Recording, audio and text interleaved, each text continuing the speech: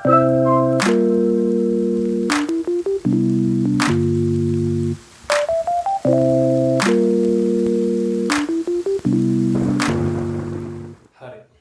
අපි මේ විදිහට දන්නවා ගිණුම්කරණය කියන්නේ මොකක්ද? ඒකේ ප්‍රධාන අරමුණ මොකක්ද? උපරමුණු ටික ඒකේ ගිණුම්කරණය සිදු කිරීමේ උපරමුණ මොනවාද? ගනුදෙනුවක් කියන්නේ මොකක්ද? සිදුවීමක් කියන්නේ මොකක්ද කියලා අපි දැන් දන්නවා. එතකොට ඔය ටික හොඳට ඕන ඉස්සරහට යන්න. හරි. අද අපි කතා කරන්නේ ගිණුම්කරණයේ මූලිකාංග ගැන. හරි.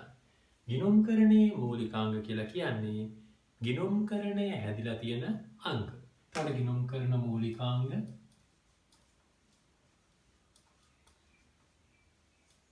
පහක් තියෙනවා. පළවෙනි එක වත්කම්. ඊළඟ එක වගකීම්. ඊළඟ එක හිමිකම්.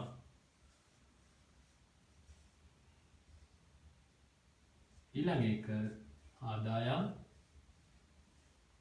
ඊළඟ එක වියදම්.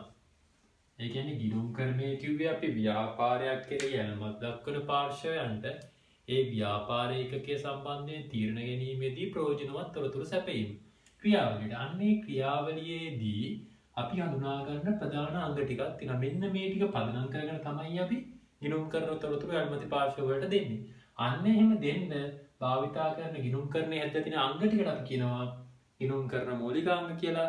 අන්න ගිණුම්කරණ මූලිකාංග පහක් තියෙනවා. වත්කම්, වගකීම්, හිමිකම්, ආදායම් හා වියදම්. දැන් අපි බලන්න යන්නේ මේ වත්කමක් කියන්නේ මොකද්ද? වගකීමක් කියන්නේ මොකද්ද? හිමිකමක් කියන්නේ මොකද්ද? ආදායමක් හා වියදමක් කියන්නේ මොකද්ද කියලා.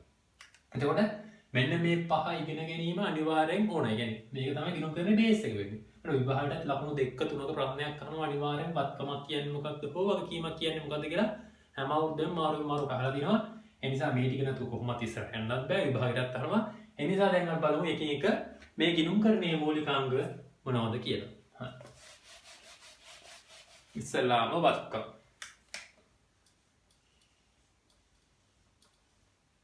හරි. මෙහෙම කියන්නම්කෝ. කෙටියෙන් මතක තියාගන්න. වත්කමක් කියන්නේ ව්‍යාපාරයට අයිති දේවල් ටික. වගකීමක් කියන්නේ ව්‍යාපාරය බේරන්න තියෙන ටික. හිමිකම කියන්නේ ව්‍යාපාරයක අයිතිකාරයන්ට කොච්චරක් අයිතිද කියන එක. ආදායම් කියන්නේ ව්‍යාපාරයට එනවා, වියදම් කියන්නේ ව්‍යාපාරයට යනවා. විභාගයට මෙහෙම ලියන්න එපා. මේක නිකන් ඔළුවට අයිඩියා එකක් දාගන්න විතරයි කිව්වේ. හරි. ඉස්සෙල්ලාම බලමු වත්කමක් කියන්නේ මොකක්ද කියලා. වත්කමක ප්‍රධාන ලක්ෂණ තුනක් තියෙනවා. ওই ලක්ෂණ තුන පදනම් කරගෙන තමයි නිර්වචනය හැදලා තියෙන්නේ. පළවෙනි ලක්ෂණය තමයි අතීත ගනුදෙනුවක. අතීත ගනුදෙනුවක හෝ සිදුවීමක ප්‍රතිඵලයක්. අපි දැන් කලින් ඉගෙන ගත්ත ගනුදෙනුවක් කියන්නේ මොකද්ද? සිද්ධියක් කියන්නේ මොකක්ද කියලා. එතකොට අන්නේ ගනුදෙනුවක් හෝ සිදුවීමක් නිසා තමයි මෙන්න මේ වත්කම ඇති වෙන්නේ. ඊළඟට තමයි අන්නේ අතීත ගනුදෙනුව හෝ සිදුවීමේ ප්‍රතිඵලයක් ලෙස ඒ නිසා ව්‍යාපාරයට මොකක් හරි හොඳ දෙයක් වෙනවා. අපි ඒකට කියනවා ව්‍යාපාරයට ආර්ථික ප්‍රතිලාභ ගලාගෙනවා. ආර්ථික ප්‍රතිලාභ ගලා ඒමේ හැකියාවක් තියෙනවා. ආර්ථික ප්‍රතිලාභ ගලාගෙන එනවා ව්‍යාපාරයට. ආර්ථික ප්‍රතිලාභ ව්‍යාපාරයට ගලා යෑමේ හැකියාවක් තියෙනවා. ඒ වගේම මේ වත්කම අයිති කාටද? මේක පාලනය කරන්නේ කවුද? ව්‍යාපාරය. එතකොට ව්‍යාපාරය පාලනය කරන සම්පතක් මේ වත්කමක් කියන්නේ. හරි. එන්න මේ ලක්ෂණ තුනෙන් තමයි වත්කම කියන එක ඇතුළත තියෙන්නේ. එතකොට වත්කමක් කියලා කියන්නේ අතීත ගනුදෙනුවක හෝ සිදුවීමක ප්‍රතිඵලයක් ලෙස ඇතිවන ඒ නිසා අනාගතයේදී ව්‍යාපාරයට ආර්ථික ප්‍රතිලාභ ගලා එන ව්‍යාපාරයක් විසින් පාලනය කරන සම්පතක් අපි කියනවා වත්කමක් කියලා. එතකොට අනිවාර්යෙන් ඔය පොයින්ට් තුන නම් අනිවාර්යෙන්ම තියන්න ඕනේ. ලකුණු දෙකක ප්‍රශ්නයක් આવුවොත් මේ පොයින්ට් තුන එක නිර්වචනය ලියුවේ නැත්නම් ලකුණු දෙක ගන්න හම්බෙන්නේ නැහැ. එතකොට අතීත ගනුදෙනුවක හෝ සිදුවීමක ප්‍රතිඵලයක් ලෙස ඇතිවන ඒ තුලින් ආර්ථික ප්‍රතිලාභ ගලා යෑමේ හැකියාවක් තියෙන ව්‍යාපාරයක් විසින් පාලනය කරන සම්පතක් අපි කියනවා වත්කම් කියලා. එතකොට ව්‍යාපාරයට අයිති දේවල් ටිකනේ. එතකොට ව්‍යාපාරයට අයිති දේවල් ටික උදාහරණ මොනවද? මෝටර් රථ, ලී බඩු, යන්ත්‍ර, මුදල්, ණය ගැතියෝ, ඊට පස්සේ බැංකු ශේෂය, ලැබිය යුතු ආදායම්. මෝටර් රථ කියන එක දන්නවා. ව්‍යාපාරයේ සල්ලි දීලා මෝටර රථයක් ගන්නවා. අන්න මෝටර රථය අතීත ගනුදෙනුවක සිදු වීමේ ප්‍රතිඵලයක්. ඒ නිසා මෝටර රථය භාවිත කරලා අපිට මොකක් හරි දෙයක් ව්‍යාපාරයට ගන්න පුළුවන්. ඒක හැර දුවන්න ගන්න පුළුවන්. නැත්නම් ආයි ව්‍යාපාරේ ඉන්න සේවකයන්ගේ මේ පාවිච්චි කරන්න පුළුවන්. අන්න ඒ වගේ තමයි මේ ලී බඩු කියන එකක් දානවා. මුදලත් අතීත ගනුදෙනුවක සිදු වීමේ ප්‍රතිඵලයක් තමයි අපිට වයින් හරි ආවේ. අන්න මුදල් භාවිත කරලා අපිට මොකක් හරි බිස්නස් එකක් කරන්න පුළුවන්. අන්න ඒකයි කිව්ව ආර්ථික ප්‍රතිලාභයක් එනවා කියලා. එතකොට ව්‍යාපාරයට අයිති. ණයගැතියොත් එහෙම ණයගැතියෝ කියන්නේ ව්‍යාපාරේ ණයට බවන්න වික්කාම ඇති වෙන පුද්ගලයෝ අපි කියනවා ණයගැතියෝ කියලා. එතකොට එයා ව්‍යාපාරේ වත්කමක් වෙනවා. බැංකු ශේෂයේ සල්ලි විදියට තියන්න නැතුලා ආච්චුවේ බැංකුවේ ගිහලා ගන්නවා. ඒක ඔය. ලැබිය යුතු ආදායම. මේක 10 වසරේදී දන්නේ නැහැ. 11 වසරේදී පොඩ්ඩක් තියෙනවා. හරි. ලැබිය යුතු ආදාය කියන්නේ මගේ මුළු ආදායමෙන් තාමත් ලැබිලා නැති ප්‍රමාණය. මම රුපියල් 2000 ගානේ මාස 12ක් ගොඩනැගිල්ලක් රෙන්ට් එක දීලා තිනවා. මට රුපියල් 24000ක් හම්බෙන්න ඕන. හැබැයි මට රුපියල් 20000යි තාම හම්බෙලා තියෙන්නේ. අවුරුද්දට 24000ක් හම්බෙන්න ඕන. මට 20000යි හම්බෙලා තියෙන්නේ. අන්න ලැබෙන්න තියෙන 4000ට කියනවා ලැබිය යුතු ආදායක් කියලා. එතකොට ව්‍යාපාරයේ වත්කම් ගන්නවා කියලා මම මෙතන මේ කතා කරේ කීපයක් ගැන. හරි. මම හිතනවා දැන් මතක ඇති වත්කම කියන්නේ මොකක්ද කියලා. අතීත ගනුදෙනුවක සිදු වූ ප්‍රතිඵලයක් ලෙස ඇතිවන ඒ තුළින් ව්‍යාපාරයට ආර්ථික ප්‍රතිලාභ ගලාීමේ හැකියාවක් තියෙන ව්‍යාපාරයක් විසින් පාලනය කරන සම්පතක් අපි කියනවා වත්කමක් කියලා. පැහැදිලි ඇති. හරි. දැන් මොන වත්කමක් කියලා ඉගෙන ගත්තා. ඊළඟට අපි වගකීමක් කියලා ඒක ඉගෙන ගන්න ඕන. හැබැයි ඊට කලින් වත්කම් වල ප්‍රභේද දෙකක් තියෙනවා. ඒක කතා කරමු. හරි. මෙන්න මේ වත්කම් ප්‍රධාන කොටස් දෙකකට බෙදන්න පුළුවන්. එකක් තමයි ජංගම වත්කම්. අනිත් එක ජංගම නොවන වත්කම්. එතකොට මෙන්න මේ බෙදීම වෙලා තියෙන්නේ ද්‍රවශීලතා පදනමට. ද්‍රවශීලතා පදනමට කියන්නේ මොකක් හරි වත්කමක් පාඩු නොලබල මුදල් බවට පත් කර ගැනීමට තියෙන හැකියාවට අපි කියනවා ද්‍රවශීලතාවය කියලා. ඒ කියන්නේ ද්‍රවශීලතාවය කියන්නේ මොකක් හරි වත්කමක් මුදල් බවට. ඒ කියන්නේ මොකක් හරි දෙයක් මුදල් කරගන්න හැකියාවට කියනවා. තියෙන හැකියාවට කියනවා අපි ද්‍රවශීලතාවය කියලා. අන්නේ හැකියාව ගොඩාක් වැඩි නම් අපි ඒ වත්කම ද්‍රවශීලතාවය වැඩි කියනවා. මුදල් බවට පත් කර ගැනීමේ හැකියාව ගොඩක් අඩුයි නම් අපි ඒ වත්කම කියනවා ද්‍රවශීලතාවය අඩු වත්කමක් කියලා. අන්නේ ද්‍රවශීලතාවය පදනම් කරගෙන වත්කම් ප්‍රධාන කොටස් දෙකකට බෙදෙනවා. පළවෙනි එක ජංගම වත්කම්, දෙවෙනි එක ජංගම නොවන වත්කම්. හරි. දැන් බලමු අපි ජංගම වත්කමක් කියන්නේ මොකද්ද? ජංගම නොවන වත්කමක් කියන්නේ මොකද්ද කියලා. හරි. මොකක් හරි වත්කමක් ජංගම හෝ ජංගම නොවන කියලා කියන්නේ මෙන්න මේක. සාමාන්‍ය ව්‍යාපාර කටයුතු වලදී, ඒ කියන්නේ අපි ඒක කියනවා මාස 12ක් වැනි කෙටි කාලයක් තුල. සාමාන්‍ය ව්‍යාපාර කටයුතු වලදී එනම් මාස 12ක් වැනි කෙටි කාලයක් තුල ඔන්න තුනක් අපේක්ෂා කරනවා. ඒ අපේක්ෂා කරන තුන වුණොත් අපි ඒක ජංගම වත්කමක් කියනවා. එහෙම නැත්නම් අපි ඒක ජංගම නොවන වත්කමක් කියනවා. එකක් තමයි පාවිච්චි කරන්න ඕන. අනිත් එක විකුණන්න ඕන. ඊළඟට මුදල් බවට පත් වෙන්න ඕන. එතකොට මොකක් හරි දෙයක් මාස 12ක් වැනි කෙටි කාලයක් තුල පාවිච්චි කරලා එක්ක විකුණලා එක්ක මුදල් බවට පත් වෙන්න ඕන. ඒ කියන්නේ පාවිච්චි කරලා ඉවර කරන්න පුළුවන් වෙන්න ඕන, නැත්නම් විකුණලා ඉවර කරන්න පුළුවන් වෙන්න ඕන, නැත්නම් මුදල් බවට පත් වෙන්න ඕන. අන්න එහෙම අපේක්ෂා කරන වත්කම් අපි ජංගම වත්කම් කියනවා. මෙන්න මේ සාමාන්‍ය ව්‍යාපාර කටයුතු වලදී මාස 12ක් වැනි කෙටි කාලයක් තුල පාවිච්චි කිරීම, විකිණීම හෝ මුදල් බවට පත් වීම අපේක්ෂා කළ නොහැකි වත්කම් අපි කියනවා ජංගම නොවන වත්කම් කියලා. උදාහරණයක් විදිහට ගත්තොත් ව්‍යාපාරයේ තොගය. තොගය කියන්නේ වත්කම. හැබැයි මේ තොගය කියන එක පාවිච්චි කරන්න හරි විකුණන්න හරි සල්ලි බවට පත් වෙන්න හරි අවුරුදු ගාණක් යනවාද? මාස 12කට වැඩි යනවාද? නැහැ. ඒක මාස 12ක් වැඩි කෙටි කාලයක් තුළ මුදල් බවට පත් වෙනවා. අන්න ඒකයි අපි තොගය දාන්නේ ජංගම වත්කම් වල. අපිට තොගයක් විකුණන්න අවුරුදු ගණනාවක් කියන්නේ තොගයක් වික්ක කියන්නකො. විකුණලා සල්ලි හම්බෙන්න අවුරුදු ගණනාවක් කියන්නේ. අන්න ඒකයි අපි දාන්නේ තොගයේ ජංගම වත්කම් වලට. හරි. අපි අතන කතා කරපු වත්කම් වලින් දැන් බලමු ජංගම වත්කම් වලට මොනවද එන්නේ කියලා. එකක් තමයි තොගය. ඊළඟට මුදල්, බැංකු ශේෂය, ණය ගැතියෝ. ඊට පස්සේ ලැබිය යුතු ආදායම්. මේක දැන් තමයි දන්නවා. තොගේ කියන ගන්නවා මුදල් බවට පත් වෙන්න දෙන්නේ නැහැ. මුදල් විදිහට මම කියන්නේ බැංකුවේ සල්ලි මුදල් කරගන්න පොඩි කාලේ යන්නේ. ඒත් ණයගැතියෝ කියන එක දන්නවා ණයට බාන්න වික්කාම තියෙන පුද්ගලයා ඒගොල්ලන්ගෙන් සල්ලි අය කරගන්න අවුරුදු ගණන් යන්නේ නැහැ. එහෙම අවුරුදු ගාණක් තියාගත්තොත් අපි යාට ආය ණයට පුරන්නේ නැහැ. අන්න ඒ හේතුව නිසා ණයගැතියෝ අපිට අවුරුද්දට වඩා අඩු කාලෙක සල්ලි හම්බෙනවා. ලැබී යුතු ආදායම් කියන එක කලින් පැහැදිලි කරා. හරි. ඊළඟට ජංගම නොනවත්කම. ජංගම නොනවත්කම කියන්නේ එතකොට සාමාන්‍යයෙන් මාස 12ක් වැනි කෙටි කාලයක් තුළ පාවිච්චි කිරීම, විකිණීම හෝ මුදල් බවට පත් වීම අපේක්ෂා කළ නොහැකිවත්කම අපි කියනවා ජංගම නොනවත්කම් කියලා. උදාහරණ කිව්වා ලී බඩු, යන්ත්‍ර, මෝටර් රථ, ස්ථාවර තැන්පතු අවුරුදු 5ක් වගේ.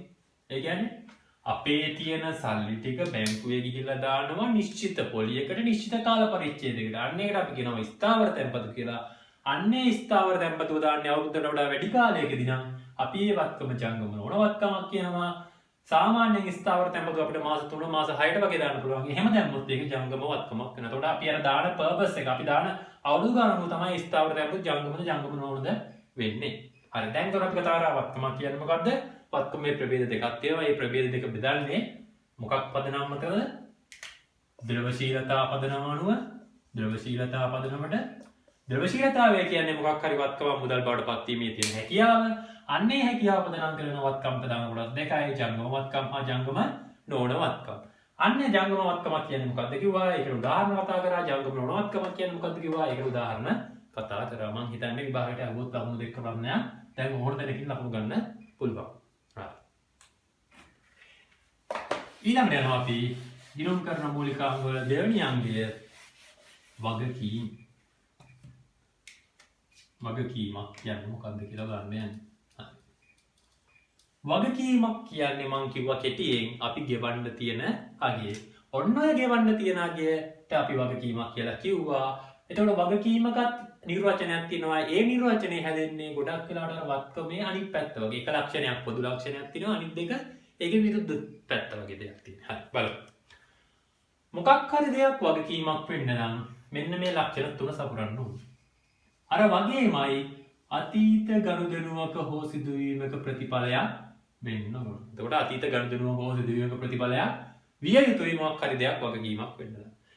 වත්කමේ නම් වත්කම ගත්තට පස්සේ ආර්ථික ප්‍රතිලාභ ගලාගෙන ව්‍යාපාරයට ආව. ඒ වත්කම නිසා මොකක් හරි ඉකොනොමික් බෙනිෆිට් එකක් අපිට තිබ්බා. හැබැයි මේ වගකීමේදී එහෙම ඉකොනොමික් බෙනිෆිට් එකක් අපිට හම්බෙන්නේ නැහැ. අන්න වගකීමක් ඇති වුණ අවස්ථාවේ ඒක කවදා හරි බේරන්න එපා. අන්න බේරන විට ව්‍යාපාරයේ සතු ආර්ථික සම්පත් ආර්ථික ප්‍රතිලාභ සහිත සම්පත් ව්‍යාපාරයෙන් පිටතට ගලාගෙන යනවා. වත්කමේ ගලාගෙන ආවා. ඒ කියන්නේ මොකක් හරි දෙයක් අපිට එනවා අනාගතේ. මේක බේරද්දී අපේ දේවල් කොහාට හරි ඇදිලා යනවා. ඒ නිසා අපි කියනවා ආර්ථික ප්‍රතිලාභ සහිත සම්පත් ගලා යාමේ හැකියාවක් තියෙනවා. ගලා යාමේ හැකියාවක් තියෙනවා. ඒ වගේම මේ නිසා මොකද වෙන්නේ? දැන් ඔන්න අතීත ගනුදෙනුවක සිදුවීමක ප්‍රතිඵලයක් වුණා. ආර්ථික ප්‍රතිලාභ අනාගතයේ ගලාගෙන යාමේ හැකියාවක් තියෙන ව්‍යාපාරයක් සතු වර්තමාන බැඳීමකට අපි කියනවා වගකීමක් කියලා. ඔන්න දැන් ලක්ෂණ තුන කියලා ඉවරයි. මොකද? එතකොට වගකීමක් කියලා කියන්නේ අතීත ගනුදෙනුවක සිදුවීමක ප්‍රතිඵලයක් වුණා. ඒ හේතුවෙන් ඒ බේරුම් කිරීමේදී ආර්ථික ප්‍රතිලාභ ව්‍යාපාරයෙන් පිටතට ගලා යෑමේ හැකියාවක් තියෙනවා. අන්නේ හැකියාව නිසා අපි ඒක වගකීමක් කියනවා. හැබැයි වගකීමක් කියන්න නම් තව ලක්ෂණයක් සපුරන්න ඕන. අන්න ඒකට අපි කියනවා වර්තමාන බැඳීමක් තියෙනවා. කියන්නේ ඒ මොකක් හරි දෙයක් කාත් එක්ක හරි පස්සේ දෙන්නම් කියලා ගන්න අවස්ථාවේදී කියන මොහොතේ නම් මං එයාට බැඳෙනවා. මං ගන්න දේ ආපහු පොලියක් එක්ක හරි නැතුව හරි පියරුම් ගන්න. අන්න ඒ ලක්ෂණ පදනම් කරගෙන තමයි වගකීම කියන නිර්වචනය හදලා තියෙන්නේ. අතීත ගනුදෙනුවක සිදුවීමක ප්‍රතිඵලයක් වුණා. ආර්ථික ප්‍රතිලාභ ගලා යාමේ හැකියාවක් තියෙනවා. ආර්ථික ප්‍රතිලාභේ ව්‍යාපාර පිටතට ගලා යාමේ හැකියාවක් තියෙනවා. ඊට යනවා. ඒ වගේම වර්තමාන බැඳීමක් තියෙනවා ව්‍යාපාරයට ඒ ගත්ත එක්කෙනත් එක්ක. අන්න එහෙම අපි කිව්වා වගකීම් කියලා. උදාහරණ මොනවාද?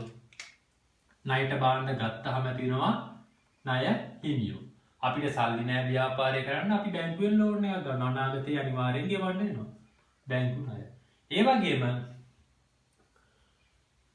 උපචිත වියදම්. ඒ කියන්නේ මේ ඒක කියලා දෙන්නම්. ඊළඟට තව තියෙනවා බැංකු අයිරාව. හරි එකින් එක බලමු මොනවද කියලා. ණය හිමියෝ කියන එක දන්නවා ව්‍යාපාරයේ අවශ්‍ය භාණ්ඩ හා සේවා ණයට ගත්තාම අන්නේ ණයට ගත්ත පුද්ගලයෝ අපි හඳුන්වනවා ණය හිමියෝ කියලා. අතීත ගනුදෙනුවක කොහොම ප්‍රතිඵලයක් වුණා. කවදා හරි යාට ණය බේරද්දී ව්‍යාපාරයෙන් පිටතට ආර්ථික ප්‍රතිලාභ යනවා. ඒ වගේම දැන් වර්තමානයේ බැඳීමක් තියෙනවා. අදින් පස් දවසක මම මේක ගෙවන්න ඕන කියලා. හරි. බැංකු ණය කියන එක දන්නවා හැමෝම. ඊළඟට යනවා උපචිත වියදම්. අර ලැබිය යුතු ආදායම් වල අනිත් පැත්ත. මේකත් 10 වසරේ වැඩි කතා කරන්නේ 11 වසරේ කතා කරන නිසා මම පොඩ්ඩක් මතක් කරනවා. හරි. උපචිත වියදම් කියලා කියන්නේ මගේ කරන්ට් බිල් එක ඇවිල්ලා තියෙනවා රුපියල් 1500ක්. කරන්ට් බිල් එක 1500ක් මේ මාසෙට දෙසැම්බර් මාසෙට ඇවිල්ලා තියෙනවා. එතකොට දෙසැම්බර් මාසෙට 1500 කරන්ට් බිල් එකක් ඇවිල්ලා තියෙනවා.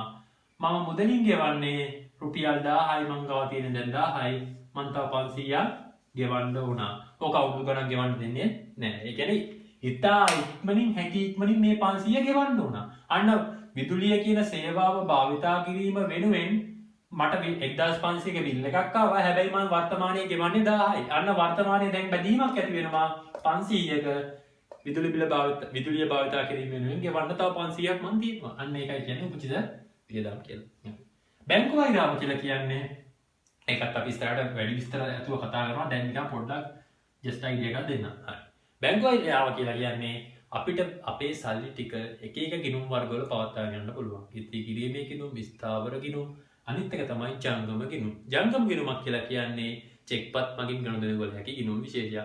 අන්නේ චෙක්පත් මගින් ගනුදෙනු කළ හැකි ගිණුම් විශේෂයක විශේෂ ලක්ෂණය තමයි ඒකට චෙක්පත් මගින් ගනුදෙනු කරන්න පුළුවන්. අන්න එහෙම චෙක්පත් මගින් ගනුදෙනු කරද්දී යම් වෙලාවට අපිට ලොකු ගණන් ගෙවන්න වෙනවා. යම්සි account එකේ තියෙන සල්ලි ටික මත වෙනවා. අන්න එහෙම වුණොත් චෙක් එක රිටර්න් වෙනවා. අන්නේ චෙක් එක රිටර්න් වීම වළක්වන්න බැංකුව අපිට ලබා දෙනවා ජංගම ගිණුම්. මෙන්න යාර කෙටි කාලීන ණයක් අන්න ඒකට අපි කියනවා බැංකු අයිරාව. ඒ කියන්නේ බැංකුවට ජංගම ගිණුම් හිමියා විසින් ගෙවිය යුතු වගේට අපි කියනවා බැංකු අයිරාව කියලා. හරි. දැන් ඔන්න අපි කතා කරා වගකීමක් කියන්නේ මොකද්ද? ඒකට උදාහරණ. හරි. අර වගේම දෙවනශීලතා පදනම මත නම් කරගෙන අපි මෙන්න මේ වගකීම් ප්‍රධාන කොටස් දෙකකට බෙදෙනවා. අර වගේමයි ජංගම වගකීම් හා ජංගම නොවන වගකීම්. හරි. අර වගේම තමයි. හැබැයි අර වගේ දීර්ඝ නිර්වචනයක් එන්නේ නැහැ. ද්‍රවශීලතාවය කිව්වේ මොකක් හරි වත්කමක් මුදල් බවට පත්වීමට තියෙන හැකියාවනේ. ඒතකොට මේ වගකීමකට අදාළව නම් මුදල් බවට පත්වීම නෙමෙයි ගොඩක් වෙලාවට කතා කරන්නේ. මාස 12ක් වැඩි කෙටි කාලයක් තුළ අපි ඒ ණය ගෙවනවා නම් ජංගම වගකීමක් කියනවා. මාස 12ක් වැඩි වැඩ ගන්නවා නම් ණය බෙරන්න අන්න අපි ඒ වගකීම කියනවා ජංගම නොවන වගකීමක් කියලා. එතකොට ද්‍රවශීලතා පදනම් කරගෙන තමයි මෙතනත් අපි ජංගම හා ජංගම නොවන කියලා බෙදන්නේ. එතකොට ජංගම වගකීමක් කියලා කියන්නේ සාමාන්‍යයෙන් මාස 12ක් වැනි කෙටි කාලයක් තුල බේරනවා නම් අන්න ඒ වගකීමට අපි කියනවා ජංගම වගකීමක් කියලා. මාස 12ට වැඩියෙන් ගන්නවා නම් මාස 12ට වැඩි කාලයක් ගන්නවා නම් බේරන්න අන්න ඒ වගකීම අපි කියනවා ජංගම නොවන වගකීමක් කියලා. එතකොට සාමාන්‍යයෙන් අවුරුද්දකට වඩා අඩු කාලයකදී බේරෙන වගකීම් වල උදාහරණ මොනවද? ණය හිමි. අපි අවුරුදු ගණන් ගන්න නැහැ. බාන ටික ණයට ගත්තාම ඒක ගෙවනවා. බැංකු අයිරාව. අන්න බැංකුවෙන් කෙටි කාල ණයක් දුන්නා චෙක් එක රිටර්න් වීම වළක්ව ගන්න අපි ඒක ඊළඟ මාසේ එයාලා කියන දිනේට කලින් දාන්න ඕන. එහෙම නැත්නම් ලොකු පොලියක් ගෙවන්න වෙනවා. එතකොට බැංකු අයිරාව ණය හිමියෝ උපචිත වියදම් අන්න අපේ කරන්ට් බිල් එක ඇවිල්ලා තියෙන 1500ක් මං කිව්වේ මං 1000යි ගෙවන්නේ ඉතුරු 500 ගෙවුවේ නැත්නම් මාසයක් බලයි දෙකක් බලයි. ඊට වඩා මේ විදුලි බලන්න දෙල බලන්නේ නැහැ. ගෙදරට ඇවිල්ලා කරන්ට් එක කපලා යනවා. අන්න ඒකට අපි කියනවා උපචිත වියදම් කියලා. ඒකට ඒවත් අවුරුද්දකට වඩා අඩුවෙන් ගෙවනවා. ඒකට ජංගම නොවනමක් කියන මුල් උදාහරණ බැංකු ණය. බැංකු ණය ගත්තාම අපි අවුරුද්දෙන් ගෙවලා දාන්නේ නැහැ. සාමාන්‍යයෙන් අවුරුද්දකට වඩා වැඩි කාලයක් ගන්නවා. සමහර උකස් ණයක් තියෙනවා. ජංගම නොවන වගකීම් වෙන. උකස් ණය කියන්නේ අපි මොකක් හරි වත්කම අපි ඇපේට තියලා කියන රත්තරන් බඩු වගේ ඇපේට තියලා අපි ණයක් ගන්නවා. අන්න ඒව අවුරුද්දකට වඩා වැඩි ගොඩක් වෙලාවට ගන්නවා. හරි. ඒකට වගකීමක් කියන්නේ මොකක්ද කිව්වා? වගකීමේ ප්‍රභේද දෙකක් තියෙනවා. ජංගම වගකීම් හා ජංගම නොවන වගකීම්. ජංගම වගකීමක් කියන්නේ මොකක්ද කියලා කිව්වා. ජංගම නොවන වගකීමක් කියන්නේ මොකක්ද කිව්වා. ඒකට උදාහරණ කතා කරා. එතකොට දැන් ඔන්න ගිණුම් කරන මූලිකාංග වල ප්‍රධාන අංග දෙක කතා කරලා ඉවරයි. එතකොට වත්කම් වගකීම් කියන එක කතා කරලා ඉවරයි. හරි.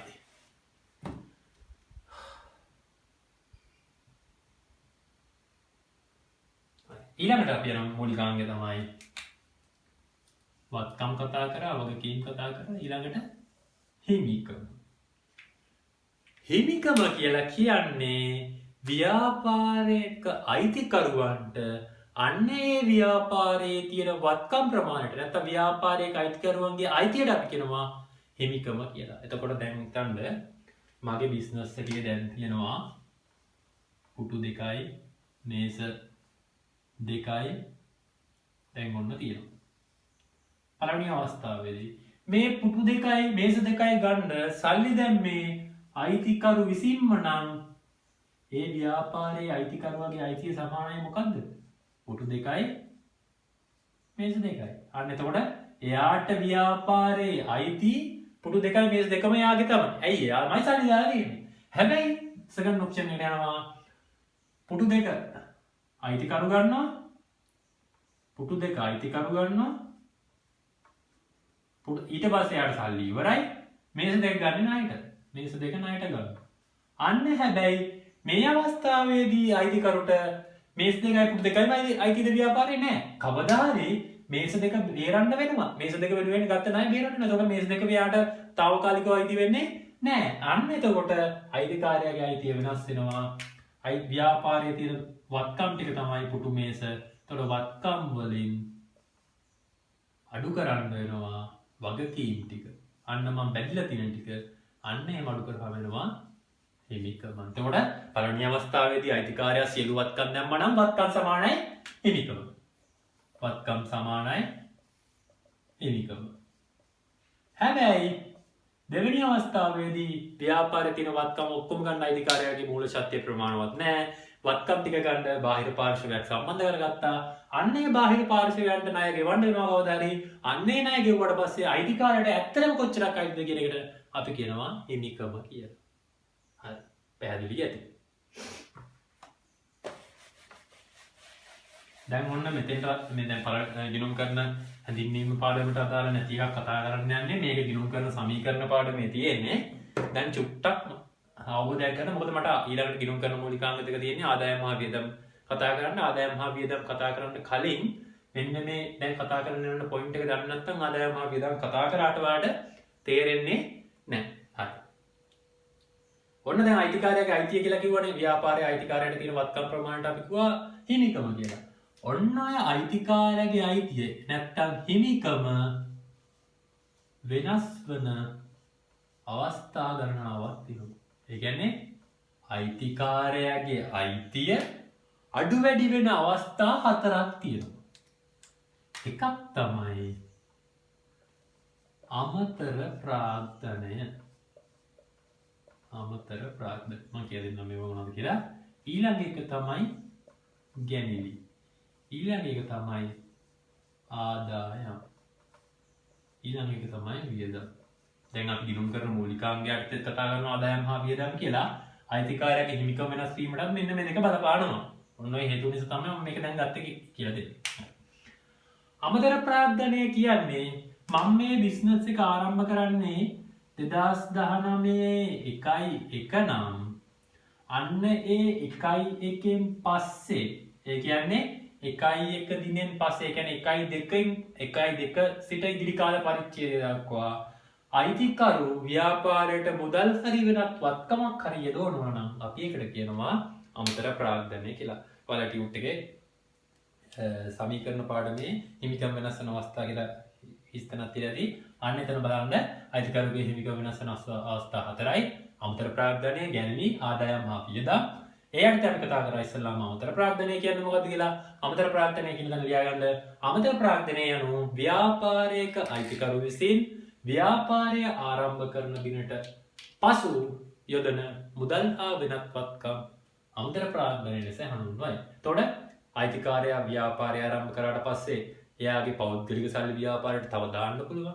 එයාගේ ගෙදර තියෙන දේවල් බඩු මුට්ටු, ඒ කියන්නේ කම්පියුටර් එක, ලී බඩු, මෝටර රථ, ඒ වගේ දේවල් දාන්න පුළුවන්. අන්න ඒකට අපි කියනවා අමතර ප්‍රාග්ධනය කියලා. එතකොට අයිතිකාරයා ව්‍යාපාරයට ගෙදරින් ගෙනල්ලා දාන්න මොකද එයාගේ අයිතිය අඩු වෙනවද වැඩි වෙනවද? එයාගේ අයිතිය හිමිකම වැඩි වෙනවා. ඒක තේරෙනවනේ.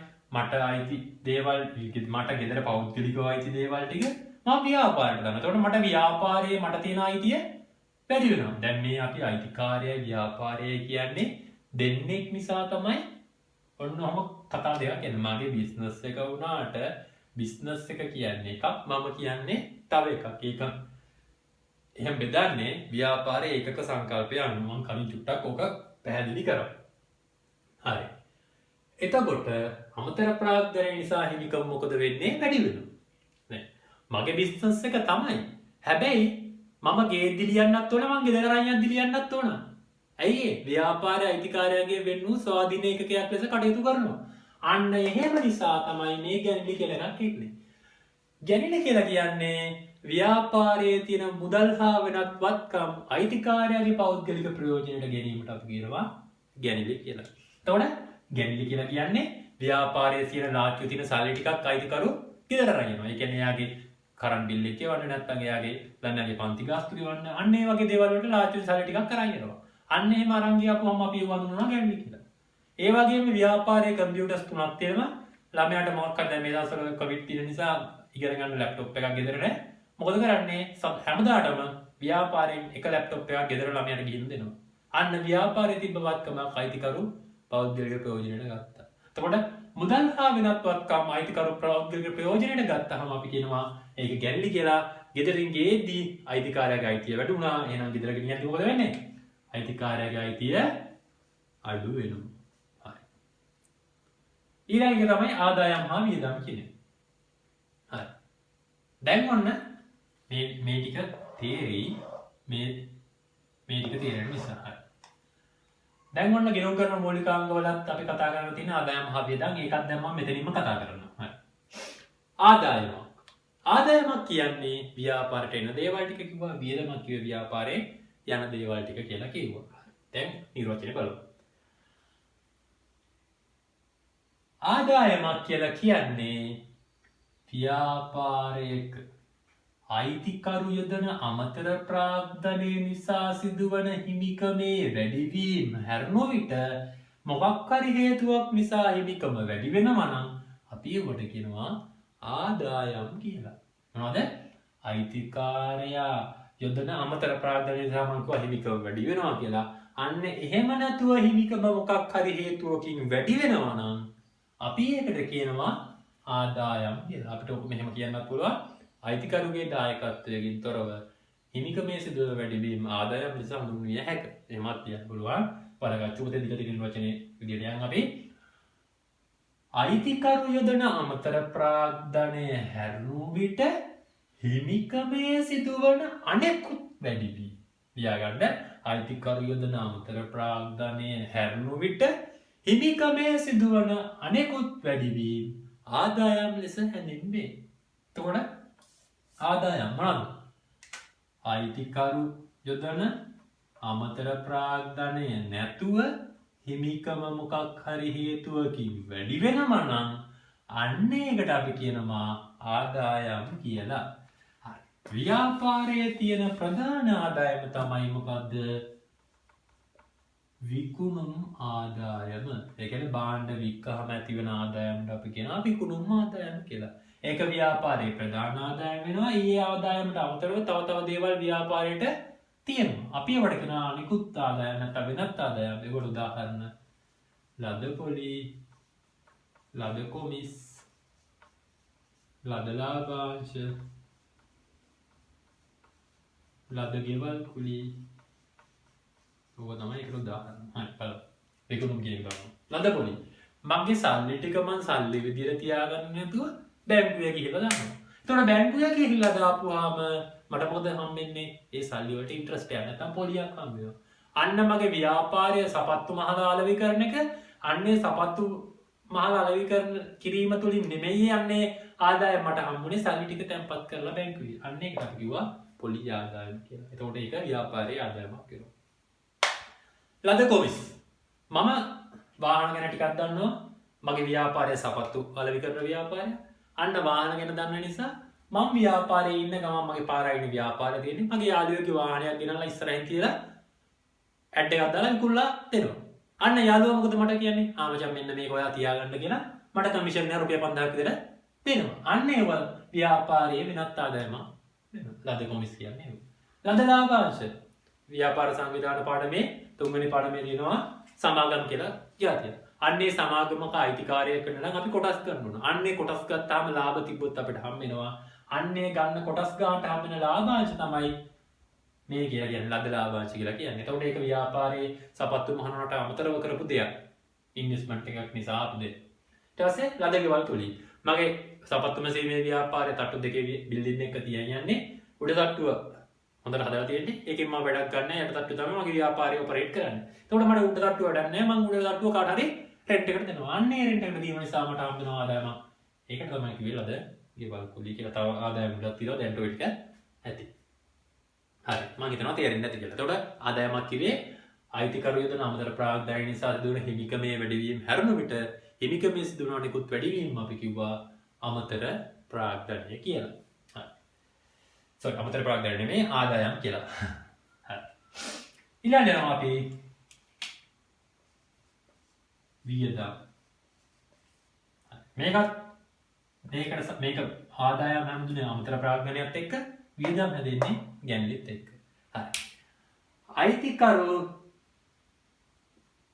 සිදු කරන ගැන්ලි නිසා මොකද වෙන්නේ? හිමිකම අඩු වුණා. අමතර ප්‍රාග්ධනය නිසා හිමිකම අඩු වුණා.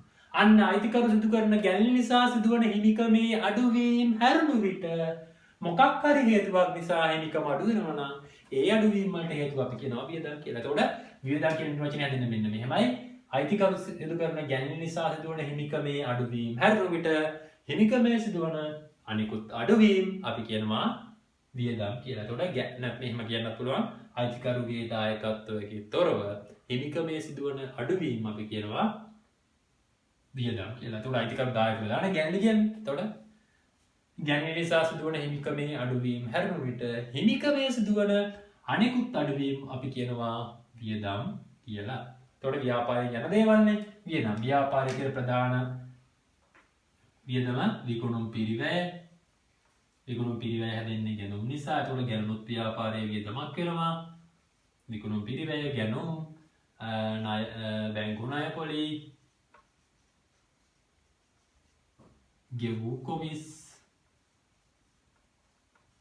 ගෙවූ ගෙවල් කුලි ගෙවූ කුලි ඔන්න වගේ. හරි. විකුණුම් පිරිවැය කියන්නේ භාණ්ඩ ටිකක් ගත්ත විකුණන්න දරපු ගෙදන් ටික. ඒ අතරේ ගැනුම් පිරිවැයක් තියෙනවා. ඒ කියන්නේ භාණ්ඩ ටිකක් ගද්දී අපි ගැනුම් බිරුමට දානකොට ඉස්සරහට ඉගෙන ගන්නවා. එතකොට ඒක අහුවේ. බැංකු ණය පොලි බැංකු ණයක් ගත්තාම බැංකුව කැමති නෑනේ මේ අපිට දුන්න ගණම හපව ගන්න. අන්න ඒකට යාලා අමතර ගණනක් ඉල්ලනවා. අන්න ඒකට කියනවා බැංකු ණය පොලි කියලා. ඒක අපි වියදමක් වෙනවා.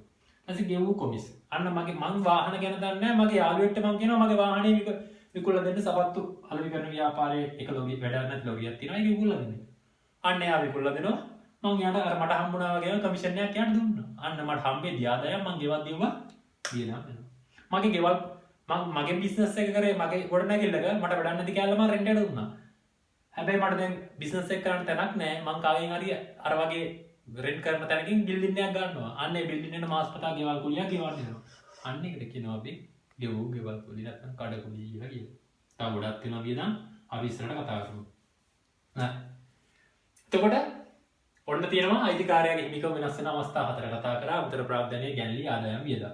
ඒ අමතර ප්‍රාග්ධනය හා ගැන්ලි කතා කරේ මෙන්න මේ ආදායම් හා වියදම් කියන නිර්වචනය ගොඩනගා ගන්න. එතකොට ආදායමක් කියන්නේ අයිතිකරුගේ දායකත්වයෙන් තොරව නැත්නම් අයිතිකරු යොදන අමතර ප්‍රාග්ධනය නිසා සිදුවන හිමිකමේ වැඩිවීම හැරුණු විට හිමිකමේ සිදුවන අනෙකුත් වැඩිවීම අපි කිව්වා ආදායම් කියලා. වියදම් කිව්වේ අයිතිකරුගේ දායකත්වයෙන් තොරව හිමිකම අඩු වෙනවා නම් ඒ වගේ වියදම් කොයි කියන්නේ ගැන්ලි නිසා සිදුවන හිමිකමේ අඩුවීම හැර හිමිකමේ සිදුවන අනෙකුත් අඩුවීම අපි කිව්වා ගැන්ලි කියලා. ඔන්න දැන් ඒකට ගිණුම් කරන මූලිකාංග පහ කතා කරලා ඉවරයි. වත්කම්, වගකීම්, හිමිකම්, ආදායම් හා වියදම්. ඔන්න ඔය ටික නිර්වචනය අනිවාර්යයෙන්ම මතක තියාගන්න ඕන.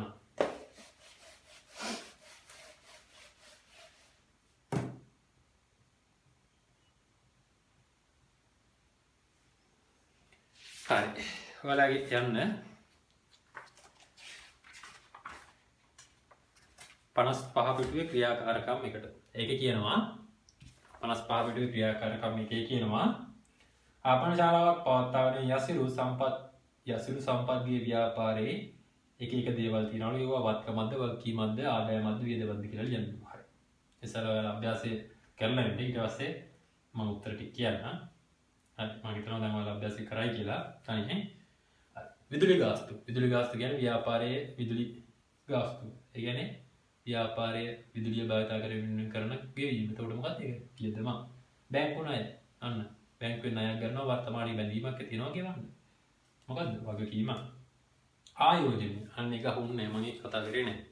ආයෝජනය කියලා කියන්නේ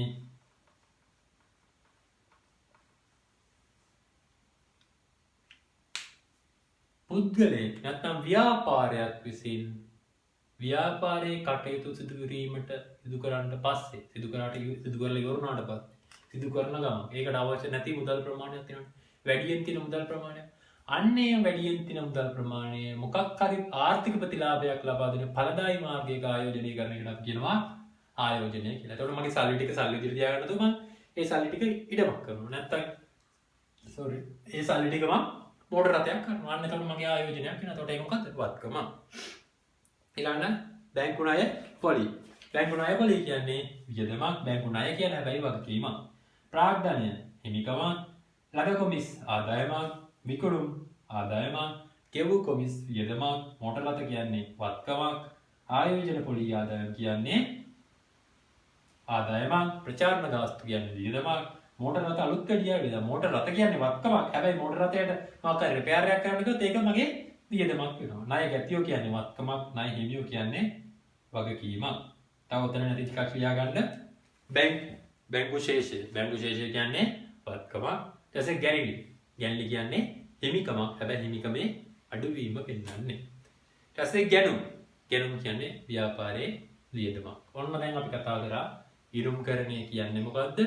ඒකේ ප්‍රධාන අරමුණු ටික, උපාරමුණු ටික, ගණදෙනුවක් කියන්නේ මොකද්ද? සිද්ධියක් කියන්නේ මොකද්ද? ගිණුම් කරන මූලිකාංග 5 කියන්නේ මොනවද? ඒකට උදාහරණ කරලා අභ්‍යාසයක් කතා කරා. ඔන්න ඔතනින් අපේ ගිණුම් කරන්නේ හැඳින්වීම කියන පාඩම ඉවර වෙනවා.